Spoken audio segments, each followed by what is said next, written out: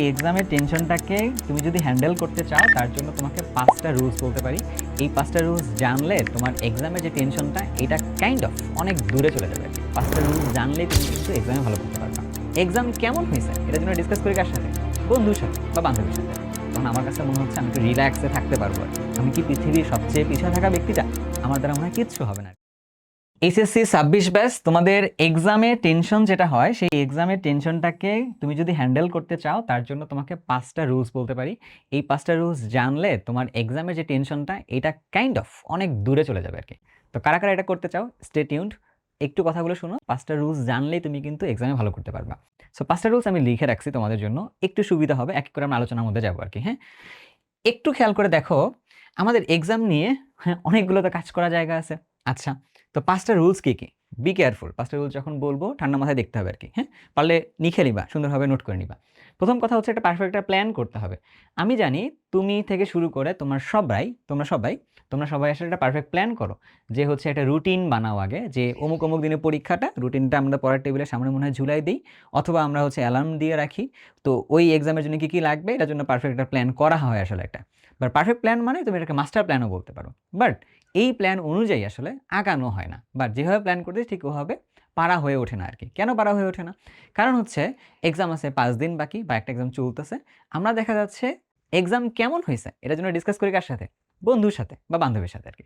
তাকে যখন জিজ্ঞাসা করি, ও যখন বলে ও আচ্ছা আমি তো এখনো পড়াশোনা শুরুই করিনি, আরেকজন বলতেছে আমি তো সব পড়ে ফেলছি আর কি। হ্যাঁ, তো দুইটার মধ্যেই দেখা যাইতেছে কি একজনের মাধ্যমে যখন বলতেছে পড়াশোনা শুরুই করে নাই, তখন আমার কাছে মনে হচ্ছে আমি একটু রিল্যাক্সে থাকতে পারবো আর কি। আর যখন দেখতেছি অন্য কেউ বলতেছে কি বলিস আমি তো সব পড়ে শেষ করছি আর কি, তখন মনে হয় আয় হ্যাঁ, আমি কি পৃথিবীর সবচেয়ে পিছিয়ে থাকা ব্যক্তিটা? আমার দ্বারা মনে হয় কিচ্ছু হবে না আর কি, এরকম মনে হয় না? সো এই জন্য দেখা যায় এই পিয়ার প্রেশারটাই তোমার জন্য একটা ঝামেলার কারণ হয়ে দাঁড়ায়। বাট অ্যাকচুয়ালি তোমার যে বর্তমান পরিস্থিতিটুকু আছে এটা কিন্তু সহজে বোঝা যায় না। এটা বোঝা চাইলে উপায়টা কি? তোমার যদি নিজের মনের মধ্যে কখনো প্রশ্ন আসে যে তোমার এক্সাম নিয়ে নিজের প্রস্তুতি কীরকম, আচ্ছা তোমার এই এক্সামের জন্য তুমি কি পারফেক্টলি প্রিপেয়ার্ড কিনা, এই ডিসকাশন যেগুলো তোমার করা দরকার, এই ডিসকাশনগুলো করবে তুমি তোমার গার্ডিয়ানের সাথে, হইতে পারে বাবা মার সাথে, অথবা তোমার বড় ভাই বোনের সাথে, অথবা তোমার টিচারের সাথে। কারোর সাথে তুমি এটা নিয়ে ডিসকাস করবে আর কি। কখনোই বন্ধু বান্ধবদের সাথে ডিসকাস করলে আসলে সমাধানটা আসলে বের হবে না আর কি। তবে হয় কিছু ইফেক্টিভ বন্ধু বান্ধব থাকলে আসলে হয়।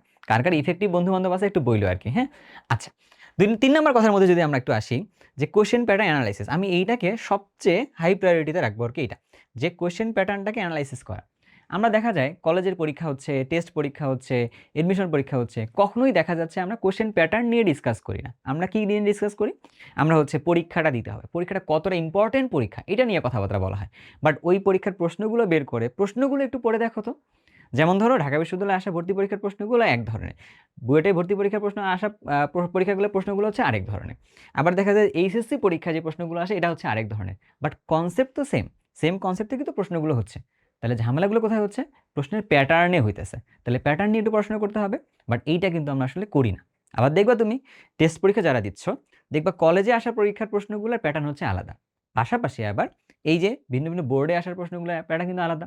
আবার বলতেছি কুমিল্লা বোর্ডের প্রশ্নের প্যাটার্ন আলাদা, যশোর বোর্ডের প্রশ্নের প্যাটার্ন আলাদা, ঢাকা বিশ্ববিদ্যালয়ের মানে ঢাকা বোর্ডের প্রশ্নের প্যাটার্নটা আলাদা। তো বোর্ড অনুযায়ী প্রশ্নের প্যাটার্ন কিন্তু একটু আলাদা আলাদা হয়। একটু প্রশ্নের প্যাটার্নগুলো একটু অ্যানালাইসিস করার চেষ্টা করো, তাহলেও তুমি দেখবা তোমার ভালো পরিমাণে কিন্তু কিছু জানাশোনা কিন্তু হয়ে যাবে। বাট আমরা কিন্তু এই জায়গায় ভালো কোনো সময় দিই না। আমরা কোশ্চেন প্যাটার্ন অ্যানালাইসিস না করে কোশ্চেন সলভিংয়ের দিকে বেশি ফোকাস দিই আর কি। এই জন্য আমরা সলভ পড়ি বেশিবার, কিন্তু আমরা হচ্ছে প্যাটার্ন পড়ি বা কোশ্চেনটার স্টেটমেন্টটা পড়ি একবার। তাহলে কোশ্চেন যদি স্টেটমেন্ট পড়ি একবার, পরীক্ষার মধ্যে তো আসলে কি আসে কোনটা? কোশ্চেনটা আসে, অ্যান্সারটা তো আসে না। তাহলে কোশ্চেনটা যখন আসতেছে তুমি একবার পড়ে যাচ্ছ, তুমি তো কোশ্চেনটা বুঝে উঠতে পারতেছো না, এক্সট্রা প্রেশার আসতেছে, এবারে প্রশ্ন মনে হয় একটু হার্ড হয়েছে, এটা তো আমার টেরিটরির মধ্যে নাই, আমি তো হারাই যাবো আর কি। এই কথাগুলো কিন্তু এই 3 নম্বর ধাপটা যদি ভালো করে আমরা না বুঝি তাহলে কিন্তু এইটা হয়ে দাঁড়ায় আর কি। এবার আসো 4 নম্বর কথাটা, আমরা এনাফ পরিমাণ প্র্যাকটিস করি না। তো প্র্যাকটিস বলতে আমরা আরেকটা প্যাটার্নকে এখন ধরে নিছি, সেটা হচ্ছে কি শুধু বইটাকে রিডিং পড়ে যাওয়া, বারবার ওই জিনিসটাকে রিভাইজ দেওয়াটাকে প্র্যাকটিস বলতেছে আর কি। না, পরীক্ষার মধ্যে করতে হবে তো দুইটা জিনিস। এক, তোমাকে কোয়েশ্চেনটা পড়তে হবে, পড়ে তোমার একটা আন্ডারস্ট্যান্ডিং লেভেল আসতে হবে। 2 নাম্বার, ওইটা দেখে দেখে তোমাকে লিখতেও হবে, মানে মাথার মধ্যে যে আন্ডারস্ট্যান্ডিং লেভেলটা আসলো ওটা দেখে দেখে লিখতে হবে না, তাই তো? তাহলে তোমার আন্ডারস্ট্যান্ডিং লেভেলের একটা প্র্যাকটিস করতে হবে, আর একটা হচ্ছে লেখার একটা প্র্যাকটিস করতে হবে আর কি। অ্যান্ড লেখাটা যে ঠিক হয়েছে এই জাজমেন্টটা তোমার এক্সাম কন্ডিশনে তোমাকেই করতে হবে। আমরা 3টা জিনিসের প্র্যাকটিস করা লাগবে। কিন্তু আমরা যখন পড়ি বাসায় যখন প্র্যাকটিস করতে বসি, তখন আমরা 3টা জিনিসের প্র্যাকটিস করি না। আমরা শুধুমাত্র কী করি? উত্তরগুলো দেখে যাই আরকি গদবাঁধা নিয়মে। অথবা কোনো স্যারের নোটটা পড়ে যাই। এটা পড়লে কিন্তু হবে না। তোমার নিজের মধ্যে 3 ধরনের প্র্যাকটিসটাকে ডেভেলপ করাইতে হবে। তাহলে কিন্তু তোমার জন্য সুবিধা হবে আরকি। তোমাদের কে এভাবে চিন্তা করছো একটু জানাইতে পারো চাইলে আরকি, হ্যাঁ? ওকে। তারপরে যদি কথাটার মধ্যে আসি, ডায়েরি মেইনটেইন করা।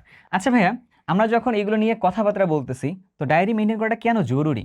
দেখো, মানুষের মাথার মধ্যে তো প্রতিদিন অনেক চিন্তা আসে। ৬০-৭০ হাজার বা ১ লাখের মতো চিন্তাভাবনা আসে আরকি। তো চিন্তাগুলো যখন আসতেছে যে আমার এক্সামটা এটা যদি ভালো না হয়, আমি মনে হয় জীবন শেষ। আমি যদি এই জায়গায় ভালো করতে না পারি, তাহলে তো আমি আমার ফ্রেন্ডের সামনে মুখ দেখাইতে পারবো না। বাবা-মাকে মুখ দেখাইতে পারবো না। এরকম অনেকগুলো চিন্তাভাবনা কিন্তু মাথার মধ্যে ঘোরে, তাই না? বাট এই চিন্তাগুলো কি আসলেই এক্সাম হলে গিয়ে লিখতে হবে? না। এটা তো এক্সট্রা চিন্তাভাবনা আসতেছে। তো এক্সট্রা চিন্তাগুলো কিন্তু তোমার অযাচিত চিন্তাভাবনা না। এগুলো তোমার মাথার কোনো একটা কর্নারে কিন্তু আছে। তাহলে কি করতে হবে? ওই চিন্তাগুলোর সাথে সমঝোতা করতে হবে। সমঝোতা করার উপায়টা কি? ফ্রি সময়ে সেই চিন্তাগুলোর সাথে কথা বলতে হবে। তো ফ্রি সময়ে কথা বলার উপায়টা তাহলে কি? সুন্দর একটা ডায়েরি মেইনটেইন করবা। এখানে সুন্দরভাবে ডেট দিয়ে লিখে রাখবা, প্রশ্নগুলো লিখে রাখবা যে এই চিন্তাগুলো আমাকে পরে করতে হবে আরকি। তুমি যদি মাথার চিন্তাগুলো খাতায় রাখতে পারো, তুমি দেখবা তোমার মাথাটা অনেকটা ফ্রেশ থাকতেছে।